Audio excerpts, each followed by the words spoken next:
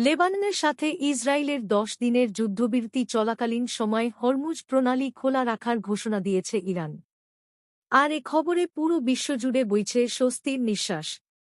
এমনকি হরমুজ প্রণালী খোলার খবরে বিশ্ববাজারে তেলের দামও কমতে শুরু করেছে।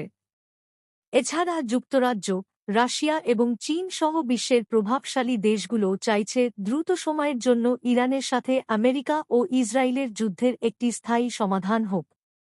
এদিকে লেবাননে ১০ দিনের যুদ্ধবিরতি ঘোষণার পরও ইসরায়েল লেবাননে বোমা হামলা চালিয়েছে।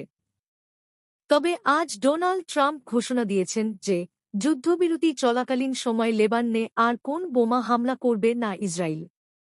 অন্যদিকে ওয়াশিংটন ডিসিতে লেবাননের সাথে ইসরায়েলের যুদ্ধবিরতি নিয়ে প্রথম দফা আলোচনার পর দ্বিতীয়বার দুই দেশ শান্তি আলোচনায় বসতে সম্মত হয়েছে।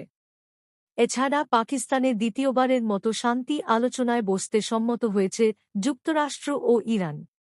এই দুই দেশের মধ্যে স্থায়ী যুদ্ধবিরতি চুক্তি স্বাক্ষরিত হলে সেখানে ট্রাম্প নিজেই উপস্থিত থাকার ইচ্ছা প্রকাশ করেছে। দিন দিন যুদ্ধ পরিস্থিতি যেভাবে পরিবর্তন হচ্ছে তাতে দেখা যাচ্ছে ইরানের সাথে সমঝোতায় যাওয়া ছাড়া যুক্তরাষ্ট্রের আর কোন পথ খোলা নাই।